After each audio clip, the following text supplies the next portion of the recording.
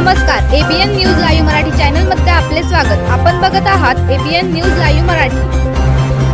102 रुग्णवाहिकेचा चालक मद्यधुंद अवस्थेत तर आरोग्य विभाग निद्र अवस्थेत असल्याने नागरिकांमध्ये तीव्र नाराजी।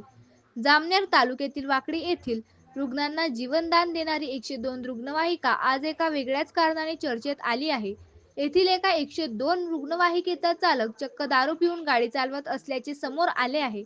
यामुळे आरोग्य विभागाच्या सुरक्षिततेवर मोठे प्रश्नचिन्ह निर्माण झाले आहे।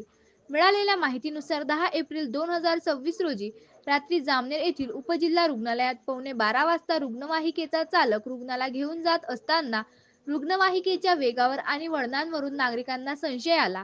काही सुज्ञ नागरिकांनी रुग्णवाहिका थांबवली असता चालकाला बोलताही येत नव्हते, तो पूर्णपणे मद्यधुंद अवस्थेत असल्याचे प्रत्यक्षदर्शींनी सांगितले। रुग्णवाहिकेच्या चालकाने रुग्णाला गोल्डन आवर मध्ये रुग्णालयात पोहोचवणे अपेक्षित असताना चालकाच्या या कृत्यामुळे रुग्णाचा जीव धोक्यात आला होता। या घटनेमुळे परिसरात तीव्र संताप व्यक्त होत असून ज्याच्या हाती लोकांचे प्राण वाचवण्याची जबाबदारी आहे तेच जर असे वागत असतील तर सर्वसामान्यांनी कोणावर विश्वास ठेवायचा असा प्रश्न नागरिक विचारत आहेत। आरोग्य विभागाने या प्रकरणाची दखल घेऊन चालकाचा परवाना रद्द करावा अशी मागणी नागरिकांनी केली आहे।